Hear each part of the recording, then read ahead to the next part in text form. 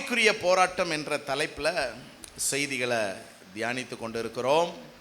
ஆவி மண்டலத்தில் நமக்காய் தேவன் வைத்திருக்கிற ஆசீர்வாதங்களை நம்ம எப்படி சுதந்தரித்து கொள்வது என்பதைத்தான் இந்த நாளில் நம்ம தியானிக்க போகிறோம். 1 கொரிந்தியர் 2:9-10 நான் வாசிக்கிறேன், கவனியுங்கள். தேவன் தம்மில் அன்பு கூறுகிறவர்களுக்கு ஆயத்தம் பண்ணினவைகளை கண் காணவில்லை, காது கேட்கவில்லை, இருதயத்திலும் தோன்றவில்லை. தேவன் நமக்காக ஆயத்தம் பண்ணி இருக்கிற ஆசீர்வாதங்களை,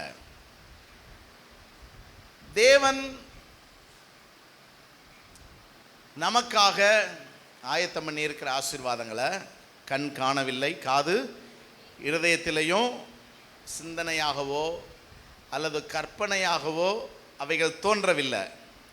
நமக்கோ தேவன் அவைகளை தமது ஆவியினாலே வெளிப்படுத்தினார் அல்லது வெளிப்படுத்தி கொண்டிருக்கிறார். அந்த ஆவியானவர் எல்லாவற்றையும் அறிந்திருக்கிறார் என்று வேதம் சொல்லுகிறது. தேவன் தம்மிடத்தில் அன்பு கூறுகிறவர்களுக்கு ஆயத்தம் பண்ணினவைகள். யாரெல்லாம் தேவனிடத்தில் அன்பு கூறுறீங்க? இல்லை, யோசித்து பதில் சொன்னால் போதும். தேவனிடத்தில் அன்பு கூறுகிறோம், நாங்கள் இயேசுவை நேசிக்கிறோம் சொல்கிறவங்களும் ஒரு அலையிலையோ சொல்லுங்கள் பார்க்கலாம். Very good. நம்ம ஆண்டவரை நேசித்து தான் இந்த ஆலயத்துக்கு அவரை ஆராதிக்க வந்திருக்கிறோம். அப்படி அவரிடத்தில் அன்பு கூறுகிறவர்களுக்கு தேவன் என்ன செய்திருக்கிறாராம்? அவர்களுக்கு தேவையான நன்மைகளை ஆயத்தம் பண்ணி இருக்கிறாராம். ஆதாம தேவன் இந்த உலகத்தில் சிருஷ்டிக்கிறதற்கு முன்பாகவே, அந்த ஆதாம் தானே நம்முடைய முற்பிதா, அவனுக்குள் தான் இந்த உலகத்தில் பிறக்க போகிற கோடான கோடி ஜனங்கள் இருந்தார்கள். அப்ப முழு மனுக்குலத்திற்காக தேவன் முன்கூட்டியே எல்லாவற்றையும் இந்த உலகத்தில் சிருஷ்டித்து விட்டார். அதுக்கப்புறம் தான் யாரை உண்டாக்கினார்? ஆதாமை உண்டாக்கினார், மனிதனை கர்த்தர் உண்டாக்கினார். அதனால் இத்தனை 1000 ஆண்டுகள் சரித்திரத்தில் திடீர்னு மனிதனுக்கு ஒரு தேவை என்று சொல்லி இடையிலே கர்த்தர் எதையும் என்ன செய்யலை? சிருஷ்டிக்கவில்லை. அவர் முதலாவது எல்லாவற்றையும் மனிதனுக்காக, இந்த உலகத்திலே இதுவரைக்கும் பிறந்திருக்கிற இனியும் பிறக்க போகிற சகல ஜனங்களுக்காகவும் தேவையான எல்லாவற்றையும் அவர் சிருஷ்டித்து விட்டு தான் மனிதன் என்ன செய்தார்? இந்த உலகத்தில் சிருஷ்டித்தார். எத்தனை பேருக்கு சத்தியம் புரியுது? புரிகிற மாதிரி நான் சில விஷயங்களை சொல்கிறேன். இப்போ நாளைக்கு நான் உங்கள் வீட்டுக்கு வர்றேன் அப்படின்னு நான் சொல்லிட்டேன். அப்போ நீங்கள் எனக்காக என்ன ஆயத்தம் பண்ணி வைத்திருப்பீர்கள்? ஒரு மிக்சரு, லட்டு, முறுக்கு, வாழைப்பழம், போண்டா, சமோசா, ஒரு டீ, காப்பி எல்லாம் நான் தான் சொல்லிக்கிட்டு இருக்கேன். ஆனாலும் நீங்கள் ஆயத்தம் பண்ணி வச்சுருப்பீங்க. திடீர்னு நான் சொல்லாம வந்துட்டேன். என்ன சொல்லுவீங்க நீங்கள்? பாஸ்டர், நீங்கள் வர்றது தெரியாது, தெரிஞ்சிருந்தா நாங்கள் உங்களுக்கு அது இதை ஆயத்தம் பண்ணி கொஞ்சம் கூடுதலாகவே சொல்லுவோம், நம்ம ஆயத்தம் பண்ணி இருப்போம். ஸோ இப்போ இதில் என்ன காரியம் இருக்குன்னா, முன் அறிதல், என்னுடைய வருகையை பற்றி முன் அறிவிப்பு இருந்தால் ஆயத்தம் பண்ணி இருக்கிறோம். அப்ப தேவன் நமக்காக ஆயத்தம் பண்ணி இருக்கிறார் என்றால் நம்மை அவர் ஏற்கனவே முன் அறிந்திருக்கிறார் அப்படிங்கிற ஒரு சத்தியத்தை நம்ம புரிந்து கொள்ள வேண்டும். எப்ப முன் அறிந்தாருங்கிறதுக்கு பைபிள் ஒரு வசனத்தை காட்டுறேன் பாருங்க. எபேசியர் 1:4 அதுல கீழ்ப்பகுதி பாருங்க. அவர் உலக தோற்றத்துக்கு முன்னே கிறிஸ்துவுக்குள் நம்மை, என்ன ஆச்சரியம் பாருங்களேன், உலக தோற்றத்துக்கு முன்னேயே அவர் உங்களை தம்முடைய பிள்ளையா இருக்கும்படி, இந்த கர்மேல் சபையில் விசுவாசியா இருக்கும்படி, அவருக்கு மகிமையா இருக்கும்படி தெரிந்து கொண்டார். அப்போ உலக தோற்றத்துக்கு முன்னேயே உங்களை அவருக்கு தெரியும். பக்கத்தில் இருக்கிறவங்க பேரு உங்களுக்கு தெரியுமான்னு முதல்ல கேட்டுக்கோங்க. தெரியுமா உங்களுக்கு பேரு? தெரியாட்டினா பேர் என்னன்னு கேட்டுக்கோங்க. ஒருத்தட்ட கேட்டால் போதும், ஒருத்தட்ட மட்டும் கேட்டுக்கிட்டீங்களா? இப்போ அவர் பேரை சொல்லுங்க. உங்களை தேவன் உலக தோற்றத்துக்கு முன்னாடியே தெரிஞ்சு வச்சிருக்கிறாரு. புரியுதா? சத்தியம் புரியுதா? உங்களை ஆண்டவருக்கு எப்ப தெரியும்? இந்த சபைக்கு வந்த பிறகுதான் எனக்கு தெரியும். ஏன்னா உங்களை கட்டினதுக்கு அப்புறம் தான் உங்க புருஷனுக்கு தெரியும். ஆனா தேவனுக்கு எப்ப தெரியும்? உலக தோற்றத்துக்கு முன்னாடி. இன்னொரு வசனம் பாருங்க, எரேமியா 1:5. தாயின் வயிற்றில் உருவாக்கும் முன்னே உன்னை, உருவாகும் முன்னேன்னு போட்டிருக்கா, உருவாக்கும் முன்னேன்னு போட்டிருக்கா.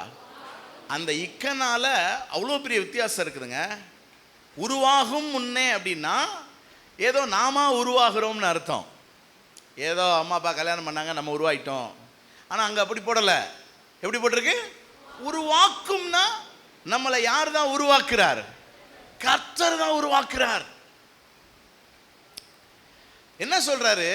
தாயின் வயிற்றில் நான் உன்னை உருவாக்கும் முன்னே உன்னை அறிந்திருக்கிறேன். உன் குணம் எனக்கு தெரியும், உன் விருப்பம் எனக்கு தெரியும், உனக்கு என்னென்ன தேவைன்னு எனக்கு தெரியும், நீ என்ன படிக்கணும்னு எனக்கு தெரியும், நீ என்ன ஆகணுங்கிறது தெரியும், நீ என்ன செய்யணுங்கிறது எனக்கு தெரியும்.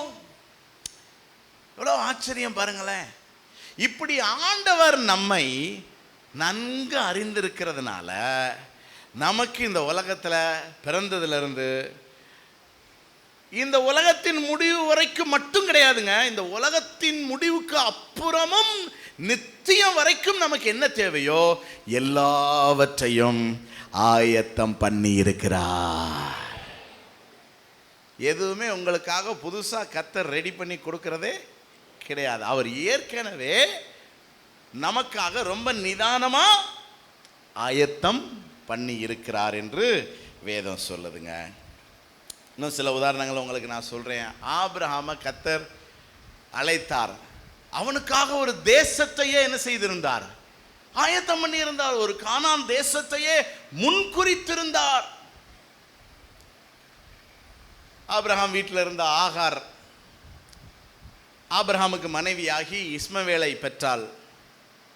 அவன் வளர்ந்து பெரியவனான போது ஈசாக்குக்கும் அவனுக்கும் முட்டிக்கிடுச்சு. அதனால ஆகாரை துரத்தி விட வேண்டிய ஒரு நிலை. ஆகாரையும் இஸ்மவேலையும் கொஞ்சம் அப்பம் தண்ணி கொடுத்து அனுப்பிவிட்டார் இந்த ஆபிரகாம். அவள் பெயர் சபாவின் வனாந்தரத்தில் அலைந்து திரிகிறாள். ஆமாம், அங்கே முறைப்படியெல்லாம் பாதை கிடையாது. அங்கங்கே டைரக்ஷன் போட்டு இந்த ஊருக்கு இத்தனை கிலோமீட்டர் அப்படிலாம் இருக்காது. ஒரு காட்டு பாதை, அது வாட்டு போய் எங்கே போகுதுன்னே என்ன செய்யாது, தெரியாது. ஆழ்நடமாட்டம் இல்லாத ஒரு பகுதி. அங்கே இவர்களுக்கு தண்ணீர் தீர்ந்து போய்விட்டது, உணவு காலியாகிவிட்டது. இப்போ தாகத்தினால் இஸ்மவேல் சாக போகிறான். பிள்ளை சாகிறதை பார்க்க மாட்டேன்னு அந்த பிள்ளை அழுகிற சத்தம் கேட்காத தூரத்துக்கு இந்த ஆகார் போய் அவள் அழுது கண்ணீர் விட்டு கொண்டிருக்கிறாள். கர்த்தர் என்ன செய்கிறார் பாருங்க. ஆதியாகமம் 21:19. தேவன் அவளுடைய கண்களை திறந்தார். அப்பொழுது அவள் ஒரு துறவை கண்டு. கவனிங்க, அங்க தேவன் பிள்ளைக்காக ஒரு புது துறவை திறக்கவில்லை. துறவுனா என்னது? ஊற்று. ஒரு புதிய ஊற்றை திறக்கவில்லை. வேதம் சொல்லுகிறது அங்க ஏற்கனவே என்ன இருந்திருக்கு. இவளுக்கு தான் கண்ணுக்கு என்ன செய்யலாது, தெரியல. சரி, கரெக்டா பதில் சொல்றீங்களான்னு பார்ப்போம். எப்போது கர்த்தர் அந்த துறவை ஆயத்தம் பண்ணினார்? உலக தோற்றத்துக்கு முன்னே. Very good. ஆண்கள் தான் அடிச்சு போய்கிட்டு இருக்கிறாங்க முன்னாடி. உலக தோற்றத்துக்கு முன்னே. அப்போ உலக தோற்றத்துக்கு முன்னே கர்த்தர் ஆபிரகாமை அறிந்திருக்கிறார். ஆபிரகாம் வீட்டுக்கு வேலைக்காக ஆகார் வருவாங்கிறத அறிந்திருக்கிறார். வந்த ஆகார் ஆபிரகாமுக்கு மனைவி ஆவாங்கிறத அறிந்திருக்கிறார். இஸ்மவேல் பிறப்பாங்கிறத அறிந்திருக்கிறார். சண்டை வருங்கிறத அறிந்திருக்கிறார். அனுப்பி விடுவாங்கிறதை அறிந்திருக்கிறார். இவள் தாகத்தால் அலைந்து திரிவாளுங்கிறதை அறிந்திருக்கிறார். இஸ்மவேலை எப்படியாவது பிழைக்க வைக்கணுங்கிறதையும் அறிந்திருக்கிறார். ஆகவே உலக தோற்றத்துக்கு முன்னாடி அங்கே ஒரு துறவை உண்டு பண்ணி இருந்திருக்கிறார். இவளுடைய கண்களுக்கு அது தெரியவில்லை. இப்பொழுது கர்த்தர் அவளுடைய கண்களை திறந்தார். துறவை கண்டாள், குடித்தாள், பிழைத்தாள்.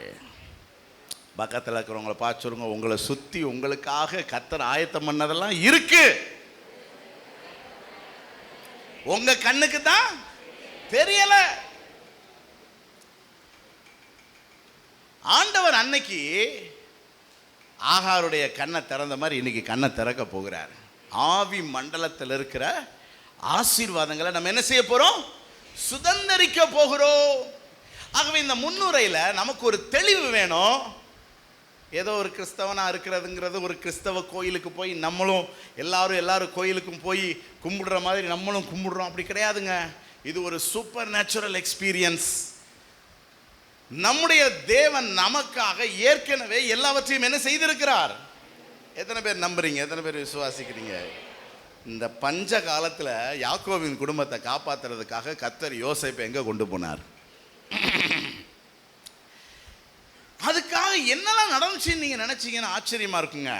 சகோதரர்களை வச்சு இவனை பகைக்க வைக்கிறாரு, அவங்க இவனை தூக்கி குழிக்குள்ள போட வைக்கிறாரு, அதுக்கப்புறம் இவனை இஸ்மவேலத்தை விற்க வைக்கிறாரு, அவங்க போய் எகிப்தில் அடிமையா விற்கிறாங்க, இவன் கிடக்கிறான் ஜெயிலில். இப்போ இதெல்லாம் என்னையா நமக்கு நிறைய நேரம் நடக்கிற விஷயங்கள் ஒன்று என்ன செய்ய மாட்டேங்குது, புரிய மாட்டேங்குது. ஆனால் பக்கத்தில் பார்த்து எல்லாம் ஒரு காரண காரியமாக தான் நடந்துக்கிட்டு இருக்கு. நம்புறீங்களா இல்லையா? நம்புனா நம்புங்க, நம்பாடி போங்க. நமக்கு என்ன, சத்தியத்தை நான் பேசிக்கிட்டு இருக்கேன்.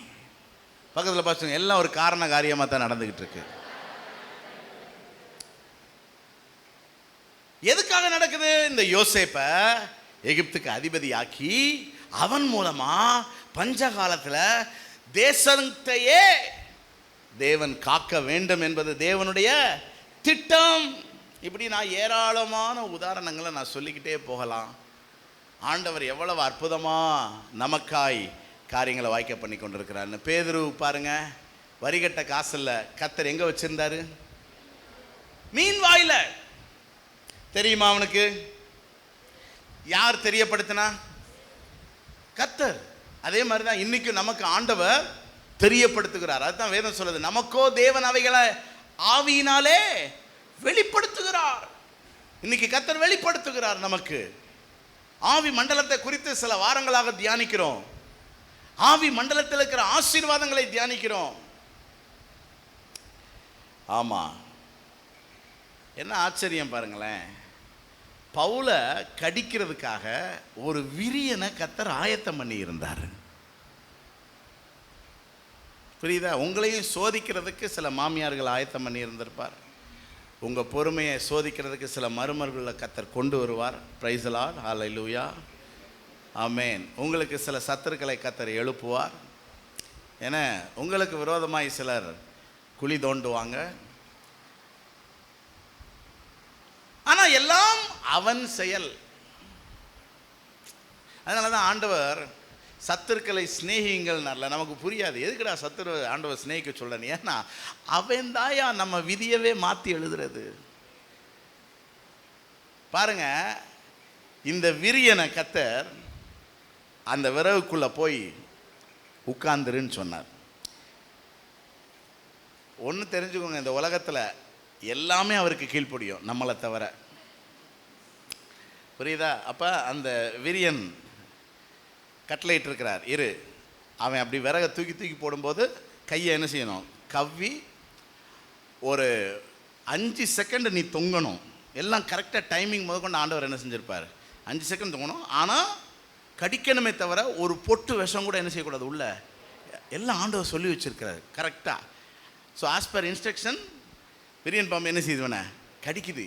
கடிச்சதுனால தான் சுற்றி இருந்தவன்லாம் சரி இவன் கொலை பாதகன்தான், விதி முடிஞ்சதுனால தான் விரியன் இவன் என்ன செய்யுது கடிக்குது. சடுதியாய் வீக்கம் கொண்டு சாவான்னு எல்லாம் காத்திருக்க, இவன் சாகாமல் பிழைத்திருக்க, இதை கண்டு அவன் தேவன் என்று அவர்கள் நினைக்க, அப்போ இவன் கடவுள் அவதாரம்னா நம்ம அந்த ஊரில் இருக்கிற முதலாளி புபிலியுவுக்கு இரத்த வாந்தி எடுக்குது, டிபி முத்திருச்சு. அப்போ இவனை கூட்டிகிட்டு போய் ஜபிப்போம்னு அவங்க கூட்டிகிட்டு போக அவனுக்கு சுகமாக அவன் இவங்களுக்காக ஒரு கப்பலை ரெடி பண்ணி சாப்பாடெல்லாம் கொடுத்து ரோமாபுரிக்கு அனுப்பி வைக்க, பவுல் ரோமாபுரிக்கு வரணுங்கிறது தேவ திட்டம்.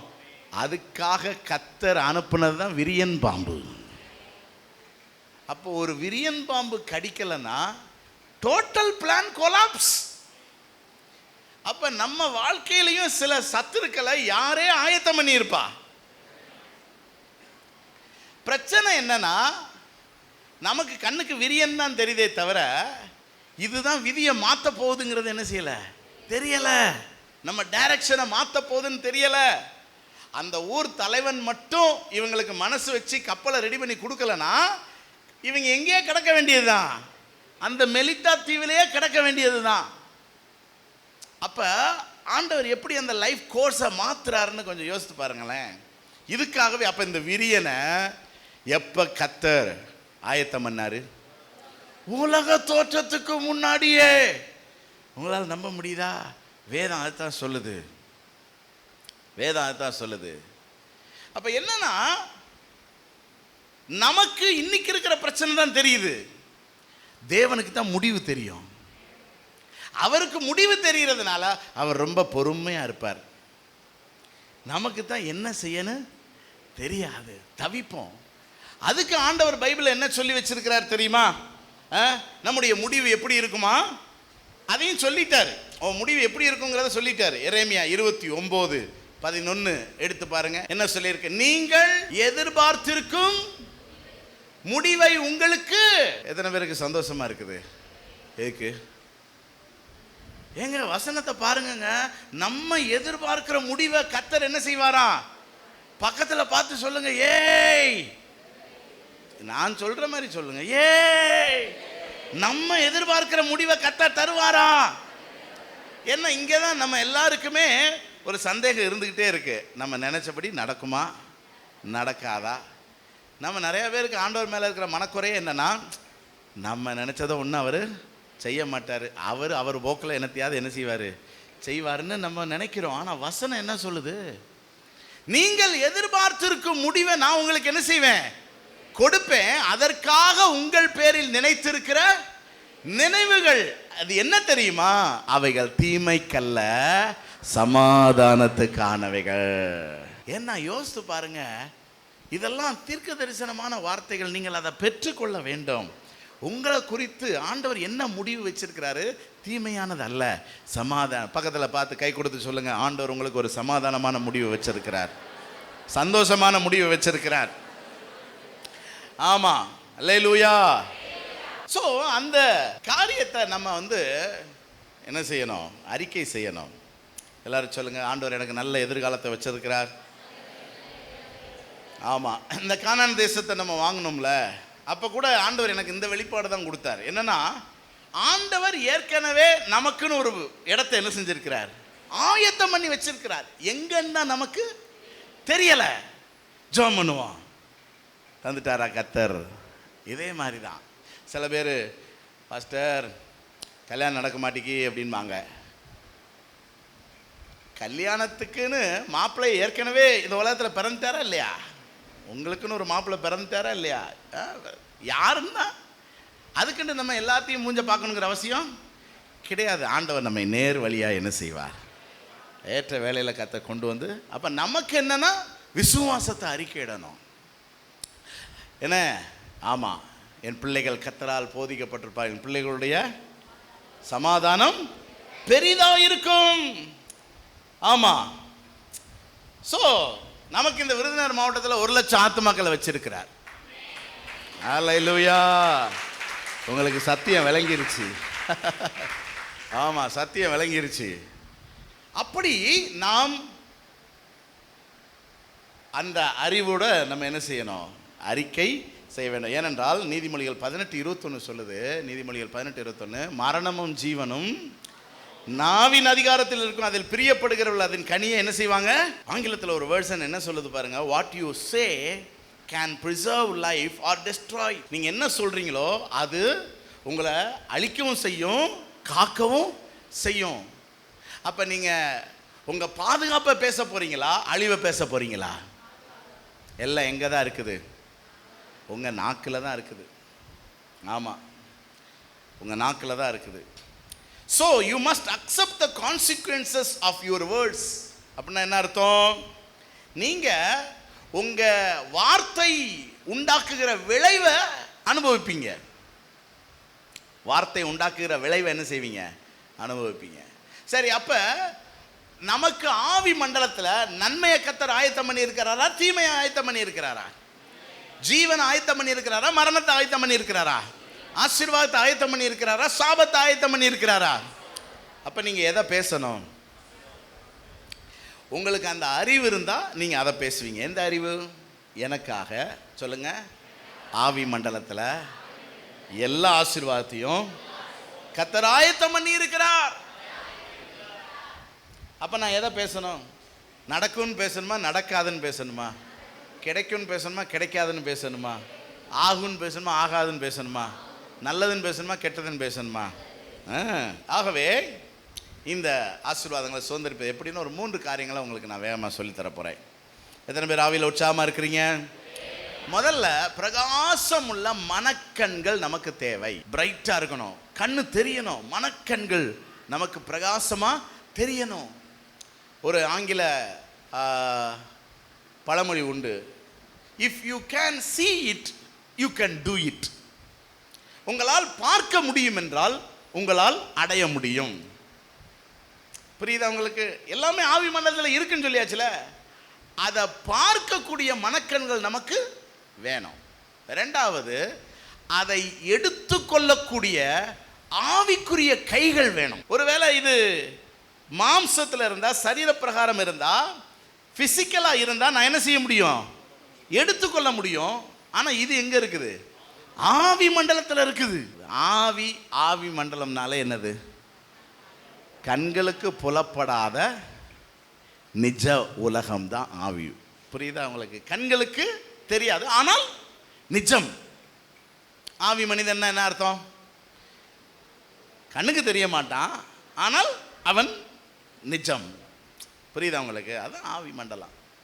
அப்போ ஆவி மண்டலத்தில் இருக்கிற என்னுடைய ஆசீர்வாதங்களை எடுத்துக்கொள்கிறதற்கு எனக்கு என்ன கை வேணும்? இந்த கையை வச்சு எடுக்க எனக்கு என்ன கை வேணும்? ஆவிக்குரிய கைகள் வேணும். ஆனால் இன்னைக்கு எல்லாம் இந்த கையை வச்சு தான் அழுறதுக்கு நம்ம என்ன செய்யணும்? முயற்சி பண்ணிக்கிட்டு இருக்கிறோம். நிறைய இது கிடைக்க மாட்டேங்குதுன்னு ரொம்ப ஃபீலிங்கில் இருக்கிறோம். ஆனால் இன்னைக்கு கர்த்தர் உங்களுக்கு இந்த ஆவிக்குரிய கரங்களை பற்றி போதிக்க போகிறார். அதை வச்சு நீங்கள் எடுத்து போகிறீங்க, எடுத்துக்கொள்ள போகிறீங்க. மூணாவது, பொறுமையான நடை தேவை. என்ன நடை வேணும்? பொறுமையான நடை. ஏன்னா நீங்க ஆவி மண்டலத்தில் இருக்கிறத என்ன செய்ய போறீங்க? எடுக்க போறீங்க. புரியுதா உங்களுக்கு? ரொம்ப பொறுமை வேணும். நீங்க இந்த விண்வெளியில் நடக்கிறவங்கள பார்த்துருக்கீங்களா? விண்வெளியில் நடக்கிறவன் நம்ம ஊரில் நடக்கிற மாதிரியா நடப்பான்? ஏன்னா அவன் புவியீர்ப்பு விசை கிடையாது. அதனால அவங்க காலை தூக்குனாங்கன்னா கால் டபக்குன்னு கீழே என்ன செய்யாது? போகாது. அதனால பார்த்துருக்கீங்களா நீங்க? அப்படியே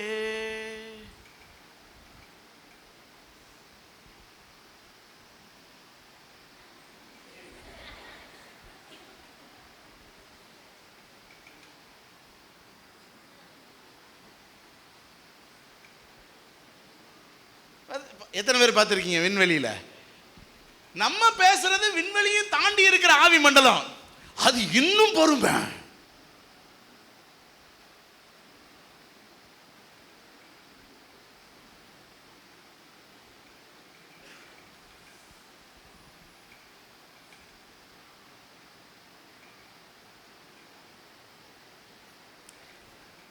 இவ்வளவு பொறுமை ஆகாதுங்கிறீங்களோ? ஆவி மண்டலத்தில் நீங்க சுதந்திரிக்கணும்னா அதனுடைய ரகசியமே எதுதான்? பொறுமை. பொறுமை. 3 காரியங்கள் நான் உங்களுக்கு விளக்கி சொல்ல விரும்புகிறேன். முதல் விஷயம் என்னது? எபேசியர் 1:19 இந்த வசனத்தை நம்ம பார்க்குறோம். இந்த கடைசி பகுதியை மட்டும் பாருங்க. அவர் உங்களுக்கு பிரகாசமுள்ள மனக்கண்களை கொடுக்க வேண்டும் என்று பவுல் ஜெபிக்கிறாரு.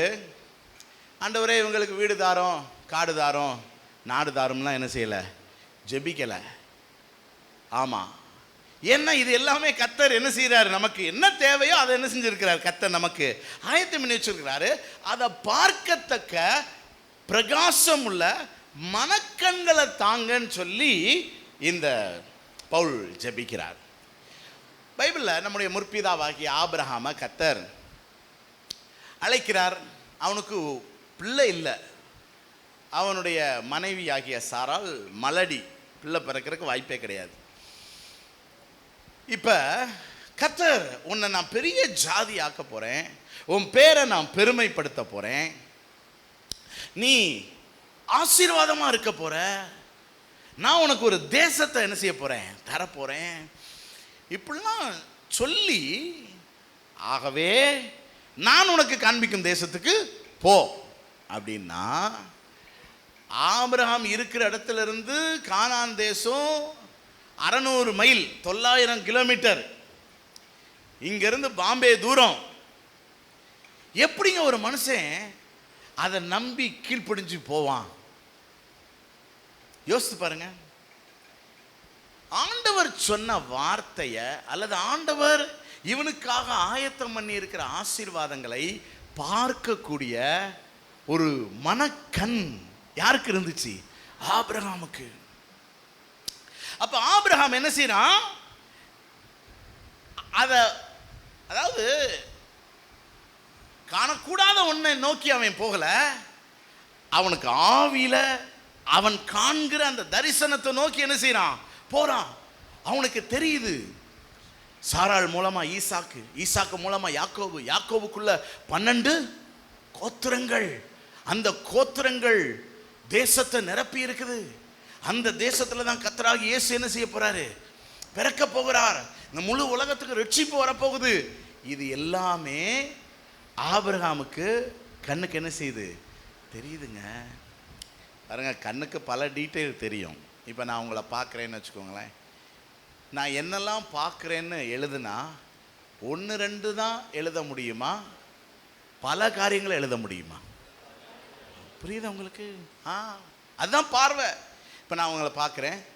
இங்கே டிவி இருக்குது, இங்கே காணிக்கப்பட்டி இருக்குது, இங்கே அமர்நாத் இருக்கிறாரு, ஜான் சிஸ்டர் இருக்கிறாங்க, சேர் போட்டிருக்குது, இங்கே 1, 2 சேர் காலியாக இருக்குது, கேமரா ஸ்டாண்டு இருக்குது, வெளியே ஒரு ஆள் நடந்து போகுது, அங்கே ஒரு ஆள் போகுது. பாருங்கள், நான் இங்கே தான் பார்க்குறேன். ஆனால் என்னை சுற்றி நிறைய விஷயம் கண்ணுக்கு தெரியுதா? இதுதான் மனக்கண்கள் பிரகாசமாக இருந்தால் பல காரியங்கள் என்ன செய்யும்? நமக்கு தெரியும். அப்ப எனக்கு தெரிஞ்சா அதை நோக்கி செல்வது எனக்கு எளிதான விஷயம். நான் சொல்றது புரியுதா உங்களுக்கு? இப்போ ஆபிரகாம் கீழ்ப்படிஞ்சாருன்னா அவ்வளோ சாதாரணமான விஷயம் கிடையாதுங்க. ஒரே பேரான குமாரன் ஈசாக்க கொண்டு போய் எனக்காக பலி செலுத்துனா அவன் பாட்டு கூட்டு போய் என்ன செய்யறான்? ஒட்டுறதுக்கு ரெடி ஆயிட்டான். ஏன்னா அவனுக்குள்ள ஒரு பிரகாசம் உள்ள மனக்கண் இருந்துச்சு. எனக்கு கர்த்தர் இந்த பிள்ளைய உயிரோட என்ன செய்வார்? தருவார். ஏன்னா இந்த பிள்ளையோட என் வாழ்க்கை முடிய போறதில்ல. இந்த பிள்ளையின் மூலமா ஒரு சந்ததி தோன்றும். அது இந்த தேசத்தை என்ன செய்ய போகுது? நிரப்ப போகுதுங்கிற அந்த வெளிச்சம், அந்த பார்வை அவனுக்கு என்ன செய்யுது? இருக்கு. இந்த மனக்கண் நமக்கு திறக்கப்படணும். ஆமா, பாருங்க. அல்லேலூயா. பாருங்க, கிறிஸ்தவத்தினுடைய விசேஷமே என்னன்னா பரலோகம் தான். நம்ம எதை நோக்கி போய்கிட்டு இருக்கிறோம்? நமக்கெல்லாம் என்ன தருவேன்னு ஆண்டவர் கூப்பிட்டுருக்காரு. உனக்கு நான் காடு தருவேன், நாடு தருவேன்லாம் என்ன செய்யலை கர்த்தர் சொல்லலை. நமக்கு என்ன தரப்போறார் கர்த்தர்? அந்த பரலோகம் எவ்வளவு மேன்மையானது தெரியுமா? ஆண்டவர் சீசர்கள்ட்ட சொன்னாரு, நான் உங்களுக்காக போய் ஒரு ராஜ்யத்தை என்ன செய்ய போறேன்? ஆயத்தம் பண்ண போறேன். ஆயத்தம் பண்ணிட்டு வந்து நான் உங்களை என்ன செய்வேன்? என்னோடு இருக்கும்படி கூட்டிட்டு போயிடுவேன். எவ்வளோ நாள் அங்கே இருக்க போகிறோம்? ஆண்டவரோட நித்தியமாய். அப்படி நம்ம வாழ போகிற அந்த பரலோகம் எவ்வளவு மகிமையான இடம் தெரியுமா? இப்போ இதெல்லாம் பைபிளில் இருக்குது. இதெல்லாம் பலமுறை நம்ம செய்தியில் கேட்டிருக்கிறோம். இருந்தாலும் எத்தனை பேருக்கு பரலோகம் போகிறோங்கிற எக்ஸைட்மெண்ட் இருக்குது? பரவாயில்ல, உங்களுக்கெல்லாம் ஏற்கனவே மனக்கண் திறந்துருச்சு போல தெரியுது. ஆனால் நிறைய பேருக்கு அங்கே போகிறோங்கிற உணர்வே இல்ல. அதனாலதான் உலகத்தையே கட்டிப்பிடிச்சிட்டு கிடக்குறாங்க. புரியுதா உங்களுக்கு? பரலோகம் கண்ணுக்கு தெரிஞ்சா, ஏன்னா பைபிள்லயே ஆதி முற்பிதாக்களை பத்தி அப்படிதான் போட்டிருக்கு. அவங்க வரப்போகிற நகரத்தை நோக்கி போனாங்களாம். அதனால இந்த பூமியில் தங்களை அந்நியரும் பரதேசிகளும் என்று அறிக்கையிட்டு கூடாரங்களிலே குடியிருந்தார்கள். ஏன்னா அவங்களுக்கு அதை பற்றி ஒரு பிரகாசம் உள்ள மனக்கண் என்ன செஞ்சு இருந்துச்சு? எனக்கு ஒரு பரலோகம் இருக்குது. ஆமாம், 6லும் சாவு 100லும் எவ்வளோ நாள் இந்த உலகத்தில் இருப்போன்னு தெரியாது. ஆனால் இந்த உலகத்தின் முடிவில் நமக்கு என்று ஒரு நித்திய வீடு என்ன செய்யுது? இருக்குது. மேன்மையான நகரம், மகிமையான நகரம். ஒரு முறை நமக்கு ஆண்டவர் பரலோகத்தை காட்டினார்னா அதுக்கப்புறம் இந்த உலகம் என்ன செஞ்சிடும், நமக்கு வெறுத்துருங்க. ஏங்க பரலோகத்தில் இருக்கிற அந்த மகிமைக்கு ஈடா இந்த பூலோகத்தில் ஒரு பொருள் கூட கிடையாதுங்க, ஒரு பொருள் கூட கிடையாது. இந்த தங்கத்துக்கு ஒரு தர குறியீடு வச்சிருக்காங்கல்ல, 916 KDM. ஆமாம், 916 அது ஒரு தர குறியீடு. அப்புறம் இந்த கேரட்லாம் சொல்லுவாங்க, 1 கிலோ 2 கிலோ 22 48ன்னே வச்சுக்கோங்களேன். அதுதான் உயர்ந்த தரமான தங்கம்னே வச்சுக்கோங்க. புரியுதா? இது இன்னைக்கு மக்களுக்கு ரொம்ப மேன்மையாக தெரியுதுல. பரலோகம் போயிட்டு வந்தீங்கன்னா குப்பைக்கு கூட மதிக்க மாட்டீங்க. எப்படின்னு சொல்கிறேன்னு தெரியுதா? ஒருத்தன் ரொம்ப கடின உழைப்பாளி, எல்லாத்தையும் காசை சேர்த்து வச்சு தங்க கட்டியாக வாங்கி சேர்த்து வச்சிருந்தான், தங்க பிஸ்கட்டாக வாங்கி சேர்த்து வச்சிருந்தான் வீட்டில். ஒரு நாள் மரண தூதன் வந்தார். எப்போ கிளம்பு, நம்ம பரலோகம் போக வேண்டியதான் அப்படின்னார். அப்படியா, அதுக்குள்ளேயுமா அப்படின்னா, முடிஞ்சு வச்சு உனக்கு போதும் வா. உடனே வீட்டுக்குள்ளே போனான், ஒரு பெட்டியை தூக்கிட்டு வந்தான். இது என்னது அப்படின்னாரு. இல்லை, இது இந்த உலகத்தில் நான் வாழ்ந்ததுக்கான அடையாளமே இதுதான். ஆமாம், இதுதான் என் வாழ்க்கையினுடைய அர்த்தம். இவ்வளோ நாள் நான் இதுக்கு தான் வாழ்ந்தேன், அதனால் இது வேணும் எனக்கு அப்படின்னா. உள்ளே விட மாட்டாங்கப்பா, போட்டு வா அப்படின்னு சொல்லி பார்த்தான். இவன் கேட்குற மாதிரி இல்லை. சரி வந்து தொலை அப்படின்னு சொல்லி கூப்பிட்டு போயிட்டான். அங்கே என்ட்ரன்ஸில் பேதுரு, யாக்கோபு, யோவான்லாம் இமிக்ரேஷன் செக்கப்புக்கு நின்றுக்கிட்டு இருக்கிறாங்க. அவங்க ஒருத்தரையாக செக் பண்ணி உள்ளே விடும்போது இவன் அந்த பெட்டியை தூக்கிட்டு வந்தான். இது என்னது, போட்டு வா, குப்பையில் போட்டு வா அப்படின்னாங்க. இல்லை, இது எனக்கு கண்டிப்பாக வேணும் அப்படின்னா. இங்கே ஒரு உனக்கு உள்ள எல்லாமே இருக்குது, எதுவுமே நம்ம உள்ளே கொண்டு போக வேண்டிய அவசியம் கிடையாது.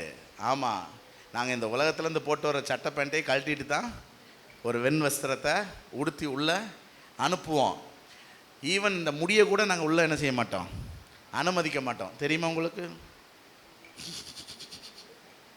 அதனால தான் நான் சொல்கிறேன், இந்த உலகத்தில் எல்லாமே குப்பை தான். அங்கே எல்லாமே நமக்கு புதுசு, ஆவிக்குரிய மேனி, ஏன்னா நமக்கு ஒரு பிரகாசம் உள்ள முகம். அதனால் உங்கள் முகம் கருத்துக்கிட்டே போகுதுன்னு கவலைப்படாதீங்க. ஒரு நாள் நீங்கள் வெளிச்சமாக இருப்பீர்கள், பளிச்சென்று.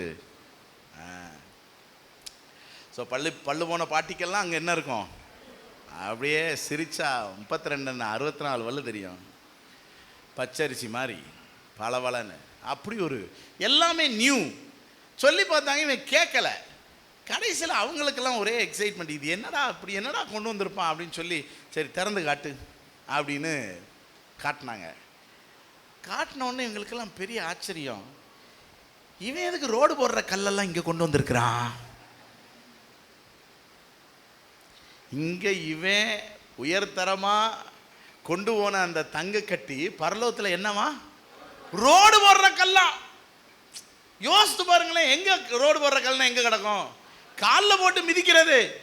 இங்க தலையில தூக்கி வச்சுக்கிட்டு இருக்கோம், அதையெல்லாம் பரலோகத்தில் என்னது, காலில் போட்டு மிதிக்கிறது. நம்மளை சுற்றி அங்கே இருக்கிறதெல்லாம் உயர்ந்த ரத்தினங்கள். நான் என்ன சொல்றேன், அவ்வளவு விலையேற பெற்ற பரலோகத்திலேயே விலையேற பெற்றது யாரு?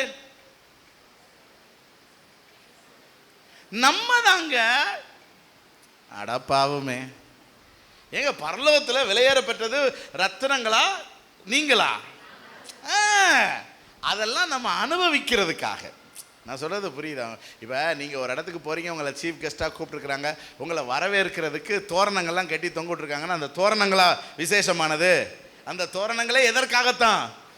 அப்போ பரலோகத்தில் இருக்கிற வீதியெல்லாம் சுத்த பொன்னா. அந்த பொன் வீதி எதுக்காக? அப்படி நீங்கள் ஒரு ராஜ நடக்கிறதுக்காக.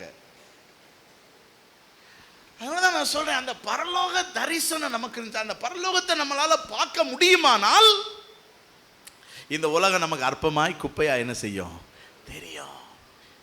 எதை நோக்கி ஓடிக்கிட்டு இருக்கிறோம் நம்ம? யோசித்து பாருங்க. இப்ப இங்க ஒரு குவியலா தங்க காசு கிடக்குது, இங்க ஒரு பரலோக வாசல் திறந்து கிடக்கு. உங்களை அந்த வாசல்ல இருந்து அனுப்பி விடுறோம். உங்களுக்கு மாம்ச கண்ணு திறந்து இருந்துச்சுன்னா எதை நோக்கி ஓடுவீங்க? விழுந்தடிச்சு ஓடுவீங்க. இத்தனைக்கு ஒருத்தனும் இல்லை, ஒருத்தனை தான் அனுப்ப போறோம். ஆனா வேற எவனும் வந்து அள்ளிடக்கூடாதுங்கிறதுக்காக விழுந்தடிச்சு ஓடும். ஆனா உங்களுக்கு ஆவிக்குரிய மனக்கண் திறந்து இருந்துச்சுன்னா எதை நோக்கி ஓடுவீங்க? பரலோகத்தை நோக்கி. இப்ப உங்க வீடு பக்கத்துல இருக்கிற சீனித்தாய் என்ன நினைக்கும்? ஏடியே எங்கடி போற? ஏன்னா அதுக்கு கண்ணுக்கு எதுதான் தெரியுது. அதனாலதான் இன்னைக்கு உண்மை கிறிஸ்தவர்ல உலகம் என்ன செய்ய முடியல, புரிஞ்சுக்கிட முடியல. நமக்கு பிரகாசமுள்ள மனக்கண் இருக்கிறதுனால நம்ம சத்தியத்தை நோக்கி என்ன செஞ்சுக்கிட்டு இருக்கிறோம், ஓடிக்கொண்டிருக்கிறோம். ஆகவே உங்களுக்கு என்ன தேவை? பக்கத்தில் பார்த்து சொல்லுங்க, உங்களுக்கு தேவை அது இது அல்ல, எது? ஏன்னா உங்களுக்கு தேவையான அது இது எல்லாமே இருக்கு. புரியுதா? இருக்கு இல்லையா? இருக்கு இருக்கு, எல்லாமே ஆண்டவர்.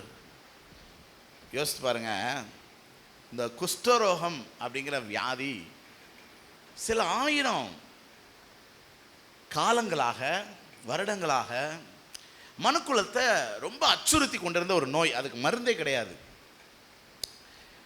அப்போ அது பல விதங்களில் இருக்கும். சில குஷ்டரோகம் ரொம்ப உச்சகட்டமானது, சில குஷ்டரோகம் நார்மலாக இருக்கும். ஆனால் எந்த குஷ்டரோகம்னாலும் பாவம் தான். அவனுக்கு வாழ்க்கை கிடையாது, பரிதாபம் அவனுடைய வாழ்க்கை. பாருங்க, கொஞ்ச நாளைக்கு முன்னாடி ஒருத்தர் அதுக்கு என்ன செஞ்சாரு, மருந்து கண்டுபிடிச்சாருங்க. அப்ப அந்த மருந்து எங்க இருந்துச்சு? புரியுதா? அது உலக தோற்றத்துக்கு முன்னாடியே மனுஷனுக்குன்னு தேவன் ஆயத்தம் பண்ணி ஆவி மண்டலத்தில் வச்சிருந்தாரு. அந்த ஆளுக்கு தான் கண் என்ன செஞ்சிருக்கு, திறந்திருக்கு. அவர் அந்த மருந்தை எடுத்து உலகத்துக்கெல்லாம் என்ன செஞ்சிட்டாரு, கொடுத்துட்டாரு. இன்னைக்கு யாருக்காவது இன்னைக்கு குஷ்டரோகம்னு சொன்னால் ஒருத்தனுக்குமே என்ன செய்யாது, தெரியாதுங்க. இது ரொம்ப பழமையான வியாதி கிடையாது. இது 70ஸ்க்கு அப்புறம் தான் குறைய ஆரம்பிச்சுது. 80ஸ்லாம் நிறைய பேர் விரல் இல்லாமலாம் இருந்திருக்கிறாங்க. இப்போ தான் அந்த சந்ததி இல்லை. இந்த 2000க்கு அப்புறம் தான் குஷ்டரோகிகள், அந்த குஷ்டரோகத்துக்கான அடையாளம் உள்ளவர்கள் கூட இல்லாத அளவுக்கு இந்த உலகத்தில் அந்த நோய் காணாமல் போனது. மருந்து எங்கேருந்து எடுத்தாங்க சொல்லுங்கோ? புரியுதா? இப்போ எலான் மாஸ்க்கு தண்ணியில் ஓடுற என்ஜின் தயார் பண்ணிக்கிட்டு இருக்காராம். கொஞ்ச நாளில் இந்த மோட்டார் இன்ஜின் ஃபீல்டே பயங்கரமான சரிவை சந்திக்க போகுது அப்படின்னு சொல்கிறாங்க. ஏன்னா தண்ணி சொல்லுவாங்கள்ல, வண்டி என்ன தண்ணியிலே ஓடுதுன்பாங்கள்ல, உண்மையிலே தண்ணியில் என்ன செய்ய போகுது, ஓட போகுது. பாருங்க, புது புது ஐடியா வருது. மனுஷனுக்கு தேவையான நன்மைகள் தான் இதெல்லாம். இதெல்லாம் எங்க இருக்குது? ஆவி மண்டலத்தில். அவங்களுக்கு கண்ணை திறந்த உடனே அவங்க அதை என்ன செய்யறாங்க? இப்போ உங்களுக்கு பிரதானமான தேவை என்ன? கண்ணு திறக்கணும். எல்லாம் கண்ணை மூடி ஜெபம் பண்ணுங்க. ஆண்டவரே, எனக்கு பிரகாசமுள்ள மனக்கண்களை தாங்கன்னு சொல்லி கேளுங்க. பிரகாசமுள்ள மனக்கண்களை தாங்க, பிரகாசமுள்ள மனக்கண்களை தாங்க.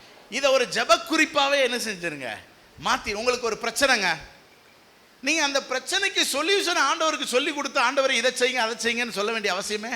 நீங்கள் ஆண்டவர்கிட்ட கேட்கணும், ஆண்டவரை எனக்கு ஒரு பிரகாசமுள்ள மனக்கண்கள் தாங்க. எனக்கு இந்த பிரச்சனை வரும்னு ஆண்டவருக்கு தெரியுமா தெரியாதா? எனக்கு இந்த தேவை வரும்னு ஆண்டவருக்கு தெரியுமா தெரியாதா?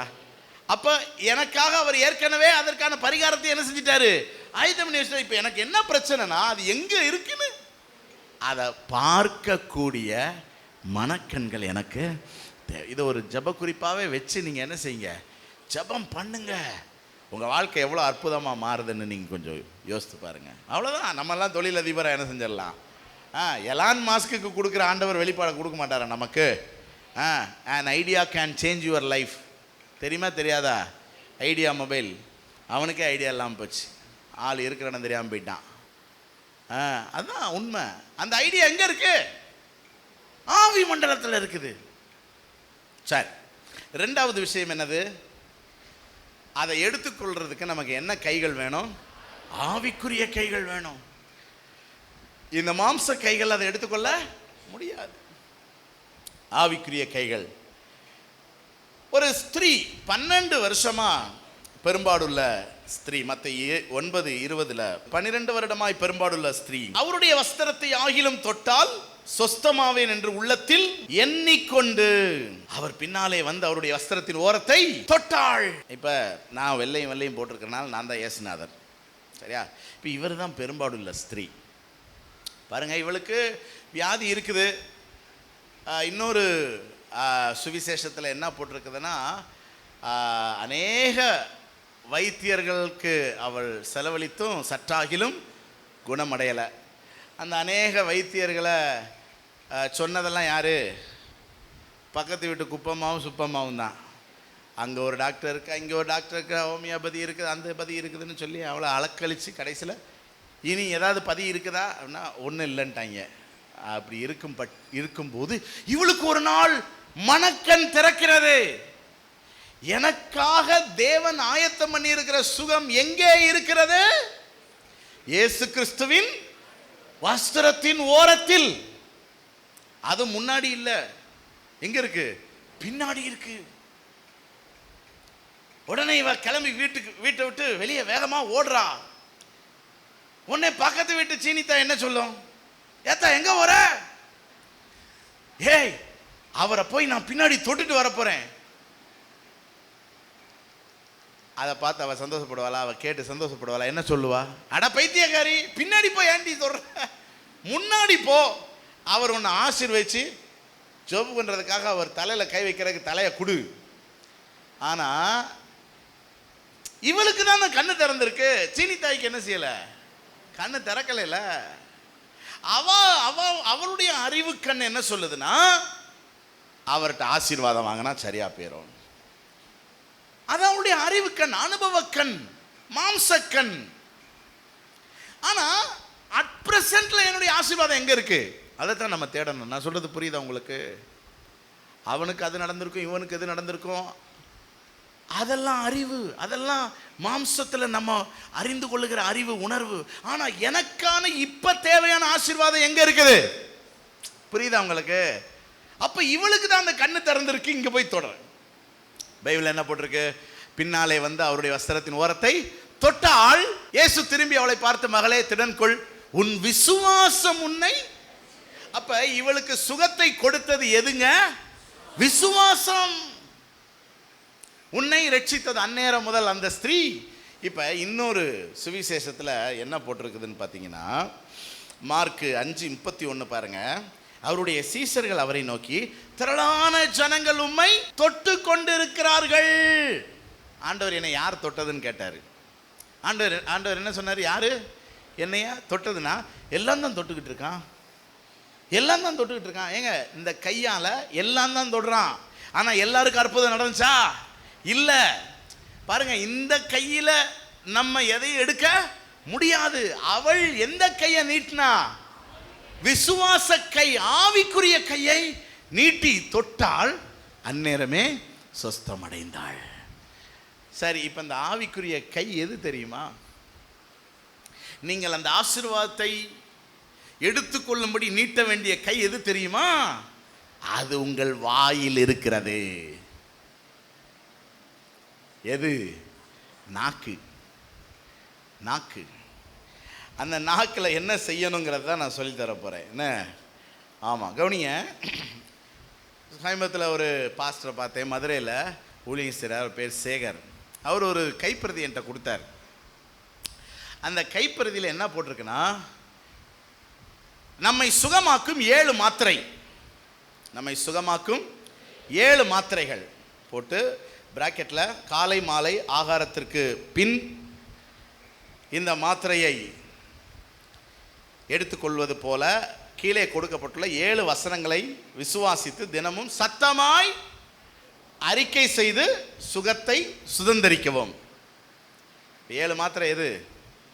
அந்த கீழே உள்ள 7 வசனம். எப்படி மாத்திரையை வாயில போட்டு அபக்குன்னு முழுங்குறோமோ, இதை முழுங்கக்கூடாது. என்ன செய்யணும்? சொல்லணும், அறிக்கை செய்யணும். ஆனால் கரெக்டாக என்ன செய்யணும்? காலை மாலை ஆகாரத்துக்கு பின். சௌரியம் தானே? ஆகாரத்துக்கு முன்னுன்னா தான் நமக்கு கஷ்டம். ஏன்னா ஆத்திரமாக இருக்கும். நல்லா சாப்பிட்டு ரிலாக்ஸ் ஆனதுக்கப்புறம் என்ன செய்ய? நிதானமாக இந்த 7 மாத்திரையை சாப்பிடு. எப்படி? சங்கீதம் 103:3 படி அந்த வசனத்தை அப்படியே என்ன செய்யணும்? சொல்லணும். இயேசு அக்கிரமங்களையெல்லாம் மன்னித்து என் நோய்களையெல்லாம் குணமாக்கினார் என்று சொல்லி இருப்பதால், இயேசுவின் நாமத்தில் பாவ மன்னிப்பு பெற்ற நான் சுகமாயிருக்கிறேன் என்று அறிக்கையிடுகிறேன். என்ன சொல்லணும்? அறிக்கையிடுகிறேன். இரண்டாவது மாத்திரை மத்தேயு 8:17 இயேசு சொல்லியபடி கிறிஸ்து தாமே நம்முடைய பலவீனங்களை ஏற்றுக்கொண்டு நம்முடைய நோய்களை சுமந்தார். எனவே என் சரீரத்தில் எந்த வியாதியும் இல்லை என்று அறிக்கையிடுகிறேன். 1 பேதுரு 2:24 இயேசு கிறிஸ்து தாமே தமது சரீரத்தில் நம்முடைய பாவங்களை சிலுவையின் மேல் சுமந்தார். இயேசு கிறிஸ்துவின் தழும்புகளால் குணமானீர்கள் என்ற வசனத்தின்படி அவருடைய கைகளில் உள்ள தழும்புகள் என் சரீரத்தில் நான் பெற்றுக்கொண்ட சுகத்திற்கு அடையாளமாக இருப்பதால் நான் சுகமாயிருக்கிறேன் என்று சொல்லுங்க. யாத்திராம 23:25 படி உங்கள் தேவனாகிய கர்த்தரையே சேவிக்க கடவீர்கள், அவர் உன் அப்பத்தையும் தண்ணீரை ஆசீர்வதிப்பார், வியாதியை உன்னிலிருந்து விலக்குவேன் என்று சொல்லி இருப்பதால் நான் சுகமாய் இருக்கிறேன் என்று. உபாகமம் 7:15 கர்த்தர் சகல நோய்களை உன்னை விட்டு விலக்குவார் என்று சொல்லி இருப்பதால் எந்த வியாதியாக இருந்தாலும் இயேசு கிறிஸ்து என்னை அதை விட்டு விலக்கி விட்டார் என்று விசுவாசிப்பதால் நான் சுகமாய் இருக்கிறேன் என்று. சங்கீதம் 107:20 படி இயேசு கிறிஸ்து தமது வசனத்தை அனுப்பி அவர்களை குணமாக்கினார் என்ற வார்த்தையின்படி வசனம் எனக்கு மாத்திரை போல இருந்து சுகப்படுத்தும் என நான் விசுவாசிப்பதால் நான் சுகமாய் இருக்கிறேன் என்று. யாத்திராகமம் 15:26 படி 7வது மாத்திரை சாப்பிட்றோம். நானே உன் பரிகாரியாகிய கர்த்தர் என்று சத்திய வசனம் சொல்வதால் இயேசுவே எனக்கு டாக்டராக இருக்கிறார், அவருடைய வசனமே எனக்கு மாத்திரையாக இருக்கிறது, எனவே நான் சுகமாய் இருக்கிறேன் என்று. பாருங்க, எனக்கு தெய்வீக சுகம்னு ஒன்று இருக்கா இல்லையா? சொல்லுங்க. பெரும்பாலுள்ள ஸ்திரீ பெற்ற சுகம் என்ன சுகம்? தெய்வீக சுகம்தான்.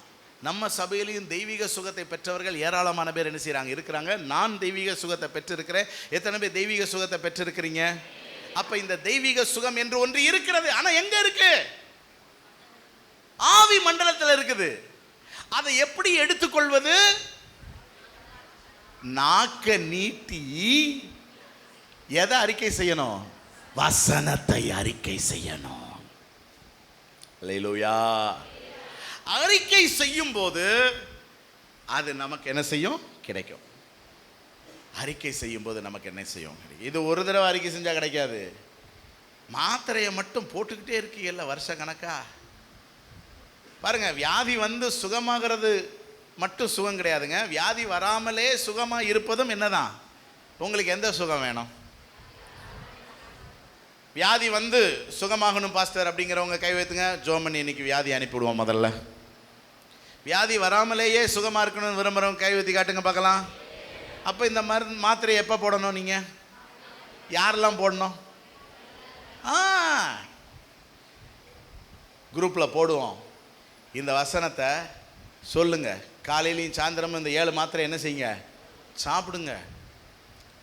உங்கள் சுக வாழ்வு ஆண்டவர் நமக்காக. சொல்லுங்களேன், வியாதி ஆயத்தம் பண்ணி வச்சிருக்காரா? சுகத்தை ஆயத்தம் பண்ணி வச்சிருக்கிறாரா? அப்போ நீங்கள் எதை சுதந்திரிக்கணும்? சுகத்தை சுதந்திரிக்கணும். இது மாதிரிங்க எல்லா பிரச்சனைக்குமே வேதத்தில் என்ன இருக்குது? வாக்குத்தத்தங்கள் இருக்குது. அதை அறிக்கை செய்வதன் மூலம்தான் நீங்கள் அதை பெற்றுக்கொள்ளுகிறீர்கள். இப்போ ஒருவேளை பிள்ளைகளுக்கான ஆசீர்வாதம் அப்படின்னா அது சம்பந்தப்பட்ட வாக்குத்தத்தங்களை நீங்க என்ன செய்யணும்? அறிக்கை செய்து கொண்டே இருக்க வேண்டும். கடன் பிரச்சனைக்கான ஆசீர்வாதம், அப்ப அதிலிருந்து விடுதலை பெறதுக்கு அதற்கான வாக்குத்தத்தங்களை என்ன செய்யணும்? அறிக்கை செய்து கொண்டே இருக்க வேண்டும். குடும்ப சமாதானத்திற்கான ஆசீர்வாதம் உங்களுக்கு தேவையா? நீங்க என்ன செய்யணும்? ஒருவேளை உங்க குடும்ப அங்கத்தினர் யாராவது ரட்சிக்கப்படணும், அவங்க மோசமான குடிப்பழக்கத்தில் இருக்கிறாங்க, பிரச்சனையில் இருக்கிறாங்க, சில அடிமைத்தனத்தில் இருக்கிறாங்கன்னா ரட்சிக்கப்படுறதுக்கு என்ன சொல்லணும்? நானும் என் வீட்டாருமோ வென்றால் கர்த்தரையே சேவிப்போம். கர்த்தராகிய இயேசு கிறிஸ்துவை விசுவாசி, அப்பொழுது நீயும் உன் வீட்டார் அனைவரும். புரியுதா உங்களுக்கு? இத சொல்லிக்கிட்டே இருக்கணும். கவுனியா, சொல்றது அவ்வளோ ஈஸி கிடையாதுங்க. ஏன்னா நீங்க சொல்ல சொல்ல நிலைமை ரொம்ப மோசமாகும். உடனே என்ன செய்வீங்க நீங்க? அட போயா, இதெல்லாம் ஒன்றும் நடக்கிற மாதிரி தெரியலை அப்படின்னு நீங்க நினைப்பீங்க. ஆனா உங்களுக்கு என்ன தெரியும்? இது ஆவி மண்டலத்தில் நடக்கிற ஒரு போராட்டம். அதனால கண்ணை மூடிக்கிட்டு என்ன செஞ்சுக்கிட்டே இருக்கணும்? சொல்லிக்கிட்டே இருக்கணும். நீங்க ஒருவேளை வியாதியிலே இருக்கிறீங்கன்னு வச்சுக்கோங்களேன், ஆனா நீங்க என்ன சொல்லணும்? நான் சுகமா இருக்கிறேன். புரியுதா? இது கொஞ்சம் பைத்தியக்காரத்தனமாக தானே தெரியுது. எதை விட இது பைத்தியக்காரத்தனம் இல்லை தெரியுமா? டாக்டர் என்னத்தையோ ஒரு மாத்திரை எழுதுறாரு, அது என்ன மாத்திரைன்னே நமக்கு தெரியாது. நம்ம பாட்டு கிழிச்சு வாயில ஓட்டு சந்தோஷமா தண்ணியை ஊத்துரும்ல. அந்த பைத்தியக்காரத்தனத்தை விட இந்த பைத்தியக்காரத்தனம் பரவாயில்லை. ஆமாவா இல்லையா? பிற என்ன? நீங்க கடன் பிரச்சனையில் இருக்கலாம், ஆனா நீங்க ஐஸ்வர்யத்தையும் செழிப்பையும் என்ன செய்யணும்? அறிக்கை செய்யணும். ஏன்னா உங்களுக்காக தேவன் ஆவி மண்டலத்துல கடனை ஆயத்தம் பண்ணல, செழிப்பை ஆயத்தம் பண்ணி வச்சிருக்கிறார். நீங்க அறிக்கை செய்யணும். அல்லேலூயா. உங்க பிள்ளை ஒருவேளை மண்டு மக்காவே இருக்கலாம், ஆனா நீங்க எதை அறிக்கை செய்யணும்? எதை அறிக்கை செய்யணும்? இப்ப என்ன பிரச்சனை? எதை அறிக்கை செய்யணும்னு நமக்கு என்ன செய்யல. நீங்க ஞானத்தை அறிக்கை செய்யணும். புரியுதா? அதுதான் ஆவி மண்டலத்தில் இருக்கிற ஆசீர்வாதத்தை எடுத்துக்கொள்ளுகிறதற்கான கரம். மூணாவது ஒன்றை பார்த்து நம்ம ஜெபிக்க போகிறோம். என்ன தேவை? பொறுமையா நட. வேகமா போய் எங்க போற? வேகமா போய் எங்க போற? கவனிங்க, இந்த உலகத்தில் ரொம்ப வேகமா சாதிச்சவங்கெல்லாம் சீக்கிரம் போய் சேர்ந்துட்டாங்க. நம்ம கொஞ்சம் இருப்போம், பக்கத்தில் பார்த்து சொல்லுங்க, கொஞ்ச நாள் இருப்போம். அப்படியே அவசரமாக போகணும்னா ஒரு 50 பேரை சர்ச்சில் சேர்த்து விட்டு போங்க. அதனால எல்லாத்தையும் அதனதின் காலத்தில் தான் என்ன செய்வார். அப்புறம் என்ன போட்டிருக்கு? உலகத்தையும் அவர் உள்ளத்தில் வைத்திருக்கிறார், ஆதலால் தேவன் ஆதி முதல் அந்த மட்டும் செய்து வரும் கிரியை மனுஷன். அதாவது என்ன ஆண்டவர் செய்கிறாருன்னே நமக்கு புரியாது. ஏன்னா அவ்வளவு எல்லாம் என்ன ப்ராசஸில் நடக்கும்? ஸ்லோ ப்ராசஸில் நடக்கும். Yet none of us can ever fully understand all has God done. And he puts questions in our mind about the past and the future. நமக்கு ஒரே கேள்வியா இருக்கும். ஏன் ஏன் ஏன்? தேவையே இல்லை. எதை பற்றியும் நீங்கள் கேள்வி கேட்க வேண்டிய அவசியமே இல்லை. எல்லாம் நடக்கும். எல்லாரும் சொல்லுங்க பார்க்கலாம். எல்லாம் நடக்கும். ஆமாம். எப்போ நடக்கும்? நடக்க வேண்டிய நேரம் நடக்கும். எப்போ கிடைக்கும்? கிடைக்க வேண்டிய நேரம் கிடைக்கும். எப்போ காரியம் கைகூடி வரும்? இந்த முட்டை எத்தனை நாளில் குஞ்சு பொரிக்கணும்? சரி, அதுக்கு முன்னாடி அதை உடைச்சு பார்த்தா அது என்னது? கூமுட்டை. ஆண்டவர் பொறுமையா இருக்கிறாரு. ஆனா பல நேரம் நம்ம என்ன பண்றோம்? உடைச்சி நம்ம ஒரு கூமுட்டைங்கிறத என்ன செஞ்சிடறோம்? காட்டிடுறோம். சவுலுக்கு விரோதமாக பெலிஸ்தியர்கள் யுத்தத்துக்கு வர்றாங்க. பாஸ்டர் சொல்றாரு, யாரு? பாஸ்டர் சாமுவேல் சொல்றாரு, 7 நாள் மட்டும் காத்துரு, நான் வந்து ஜெபம் பண்ணுறேன், அப்புறம் யுத்தத்துக்கு போங்கிறாரு. போகிறான், காத்திருக்கான். 1 நாள், 2 நாள், 3 நாள், 4 நாள். இப்போ ஜனங்கள் கொஞ்சம் கொஞ்சமாக சிதற ஆரம்பிக்கிறாங்க. முதல்ல வாங்கடா யுத்தத்துக்கு போவோம்னானே எல்லாம் குயின்னு வந்தான். இப்போ அப்படியே ஒவ்வொரு நாளும் ஆக ஆக ஜனங்கள்லாம். இப்போ 7ஆவது நாள் ஆயிடுச்சு. 7 நாள் காத்து இருந்துட்டான்ல. நம்ம வீட்டில் ஒரு பழமொழி சொல்லுவாங்களா, ஆக்க பொறுத்தவனுக்கு நல்லா, இதெல்லாம் நல்லா தெரியுது. அது மாதிரி 7 நாள் பொறுத்து இருந்துட்டாங்க. அவன் தான் வருவேன்னார்ல சாமுவேல், அவர் இன்னும் வர்றதுக்கு தாமதம் ஆகுது.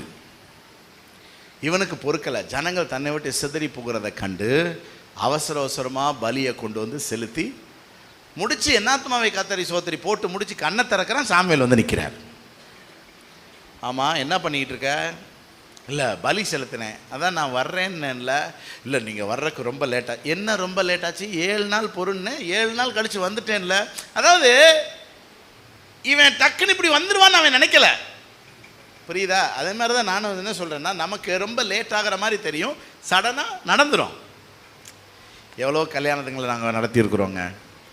அப்படியே பெற்றோர் அப்படி காலில் சுடுதண்ணி ஊற்றிட்டு குதிப்பாக, ஐயோயோ என் பிள்ளைக்கு கல்யாணம் நடக்காது போல, வயசாகிட்டே போகுது. நான் என்ன சொல்லேன் தெரியுமா? உனக்கே கல்யாணம் நடந்து உன் பிள்ளைக்கு கல்யாண வயசு வந்திருக்குது. அப்போ நடக்குமா நடக்காதா?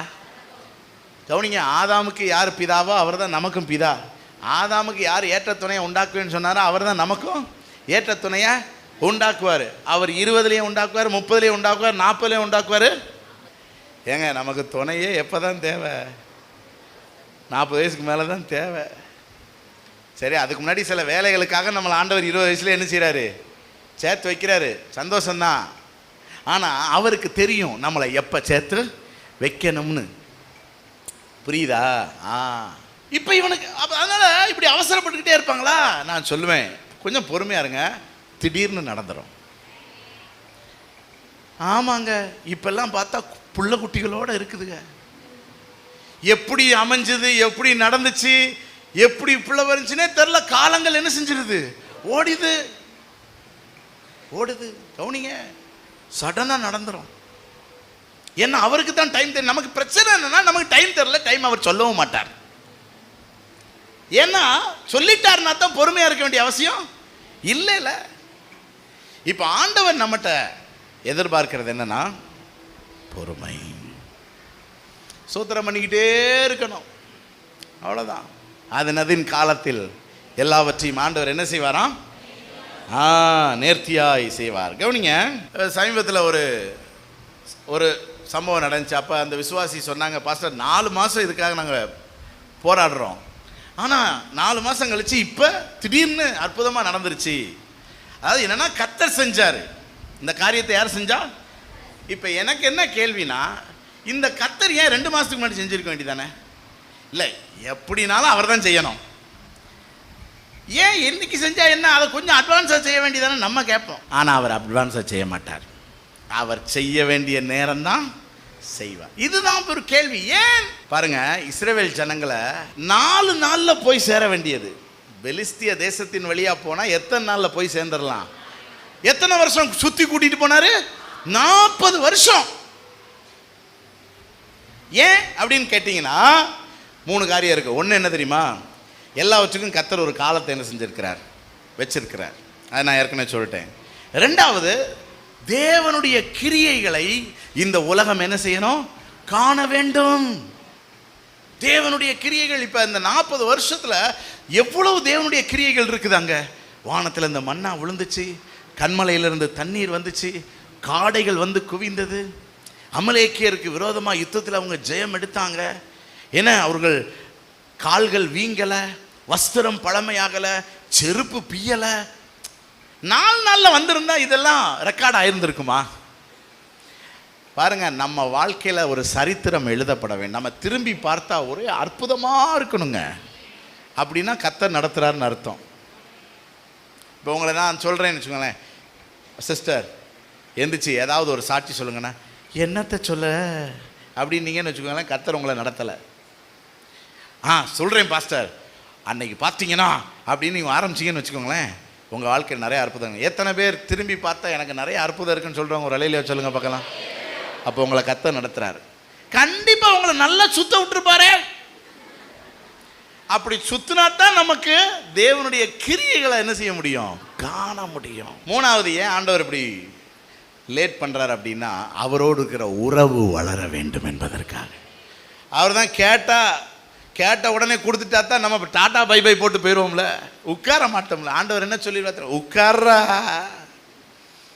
உட்காரு. நம்ம 2 பேரும் பேசிக்கிட்டு இருப்போம். இப்போ என்ன பிரச்சனை, இவரை விட்டு எஞ்சும் போக முடியாது, போனால் காரியம் நடக்காதே. அதனால பேசாம கண்டு அவர் சொல்கிறதெல்லாம் என்ன செஞ்சுக்கிட்டு இருப்போம். இது நமக்கும் தேவனுக்கும் இடையிலான உறவை என்ன செய்யுது, வளருது. அது ஆசீர்வாதம் தானே பாருங்க. ஆகவே தேவ பிள்ளைகளே, பொறுமை. சங்கீதம் 40:1 தாவீது சொல்றார், கர்த்தருக்காக பொறுமையுடன் காத்திருந்தேன், அவர் என்னிடமாய் சாய்ந்து என் கூப்பிடுதல. எத்தனை பேர் பொறுமையா இருக்கணும்னு ஒப்பு கொடுக்குறீங்க? கஷ்டம்தான். ஆனால் இந்த பொறுமையை கற்றுக்கிட்டீங்கன்னு வச்சுக்கோங்களேன், இந்த வாழ்க்கையில் நீங்கள் எல்லாமே பெஸ்ட்டாக அனுபவிப்பீங்க. புரியுதா? ஸோ 3 காரியங்கள் பார்த்துருக்குறோம். என்னென்னது? முதல்ல, நமக்கு பிரகாசமுள்ள மனக்கண்கள் வேணும். இது இருந்தாலே போதுங்க, நம்ம எதுக்குமே கவலைப்பட மாட்டோம். இந்த எலிசாவுக்கு ஒரு வேலைக்காரர் இருந்தான், கேயாசி. எலிசாவை பிடிக்கிறதுக்கு சீரியாவினுடைய இராணுவம் சுத்திருச்சு அந்த மலையை. இவங்க தங்கியிருந்த அந்த கெபியை சுற்றி இருந்த அந்த மலையை யார் சுற்றிட்டா? இப்போ சீரியாவின் இராணுவம். பிடிக்க போகிறது ஒருத்தனை தான், எலிசாவை. அந்த அசிஸ்டண்ட் காலையிலே வெளியே வந்துட்டு பார்த்த உடனே அதிர்ந்துட்டான். ஆண்டவனே, நம்ம செத்தோம், படைகள் நம்மளை சூழ்ந்துட்டாங்க அப்படின்னா. எலிசாவுக்கு பயம் இல்லை. பயமில்லையே பயமில்லையே பயமே எனக்கு இல்லை. ஏன் பயம் இல்லை? எலிசாவுக்கு மணக்கண் என்ன செஞ்சிருக்கு? பிரகாசமா இருக்கு, கண்ணு தெரியுது. அவனுக்கு என்ன தெரியுது தெரியுமா? சீரியாவின் படை தெரியல. சீரியாவின் படைக்கு முந்தி இவங்களை காக்கிறதுக்குன்னு பரலோகம் அனுப்பி இருக்கிற அந்த ரதங்களும் குதிரைகளும் தெரியறதுனால இவனுக்கு பயம் இல்லை. அப்புறம் இவன் கேயாசிக்காக ஜெபம் பண்றான், ஆண்டவரே இவன் கண்ணை என்ன செய்யுங்க, திறந்து விடுங்க. திறந்த பிறகு பார்த்தா ஆமா, நம்மளை ஒரு தீங்கு என்ன செய்ய முடியாது, அணுக. கண்ணு திறந்துருச்சா? பக்கத்தில் பார்த்துக்கலாம், கண்ணு திறந்துருச்சா? இனி அழக்கூடாது, இனி புலம்ப கூடாது, இனி பயப்பட, இனி அவசரப்பட. ஏன்னா அதான் தெரியுது இல்லையா ஆசீர்வாதம். அது எப்படி நமக்கு தான். ஏன் ஆசீர்வாதத்தை நீங்கள் பிடுங்க முடியுமா?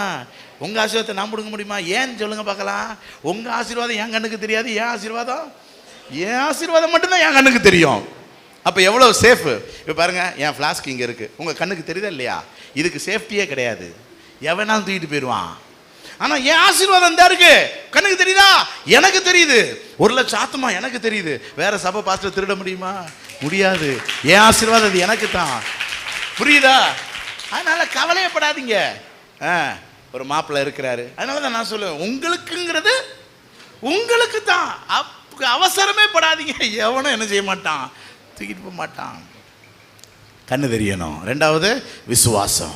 வசனங்களை சொல்லிக்கிட்டே இருங்க, இரவும் பகலும் வார்த்தைகளை என்ன செஞ்சுக்கிட்டே இருங்க, விசுவாசத்தை சொல்லிக்கிட்டே இருங்க. 3வது என்னது? பொறுமையாக அறுப்போம். இன்னும் நமக்கு பெரிய ப்ராஜெக்ட்லாம் இனிமேதான் வரப்போகுது. ஒரு அவசரமும் வேண்டாம். இனிதான் சிறப்பான காரியங்கள்லாம் நடக்க போகுது. ஜோமனோம எல்லாரும் எழுந்து நின்று ஹல்லேலூயா. சிங்கக்கேபியில் நான் விழுந்தேன், அவர் என்னோட அமர்ந்திருந்தார். சுட்டரிக்கும் அக்கினியில் நடந்தேன், பனித்துளியாய் என்னை நனைத்தார். சிங்கக்கேபியில் நான் விழுந்தேன், அவர் என்னோட அமர்ந்திருந்தார். சுட்டரிக்கும் அக்கினியில் நடந்தேன், பனித்துளியாய் என்னை நனைத்தார். சிங்கக்கேபியோ சூளை நெருப்போ அவர் என்னை, ஓ சிங்கக்கேபியோ சூளை நெருப்போ அவர் என்னை காத்திடுவார். அவரே அவரே என்னை காப்பவர், அவரே என்னை காண்பவர், அவரே என்னை காப்பவர், அவரே என்னை காண்பவர். சிங்கக்கேபியோ சூளை நெருப்போ அவர் என்னை காத்திடுவார். சிங்கக்கேபியோ சூளை நெருப்போ அவர் என்னை, எதிரிகள் என்னை சுற்றி வந்தாலும் தூதர் சேனைகள் கொண்டென்னை காப்பாரே. எதிரிகள் என்னை சுற்றி வந்தாலும் ஆவியினால் ஆவியினால் யுத்தம், சாத்தானை சமுத்திரம், ஆவியினால் யுத்தம் வெல்வேனே சாத்தானை. அவரே அவரே என்னை காப்பவர், அவரே என்னை காண்பவர், அவரே என்னை காப்பவர், அவரே என்னை காண்பவர். ஓ சிங்கக்கேபியோ சூளை நெருப்போ அவர் என்னை காத்திடுவார். ஜீசஸ். சிங்கக்கேபியோ சூளை நெருப்போ அவர் என்னை காத்திடு. கரங்களை தட்டி ஆவியில நிரம்பி ஓ ராமா, மனக்கண்கள் திறக்கப்படுவதாக, ஆவிக்குரிய மனக்கண்கள் திறக்கப்படுவதாக இயேசுவின் நாமத்தினால. எல்லா விதமான ஆவிக்குரிய குருட்டாட்டத்தையும் கட்டுகிறோம். Jesus Jesus. மனக்கண்கள் திறக்கப்படட்டும் ஆண்டவரே. ஆவி மண்டலத்தில் கர்த்தர் எங்களுக்காக வைத்திருக்கிற வெற்றி, கர்த்தர் வைத்திருக்கிற ஆசீர்வாதம், கர்த்தர் வைத்திருக்கிற சுகம், கர்த்தர் வைத்திருக்கிற ஆத்துமாக்கள், கர்த்தர் வைத்திருக்கிற வரங்கள், கிருபைகள் ஆண்டவரே பார்க்கக்கூடிய மனக்கண்கள் கொடுக்கப்படுவதாக.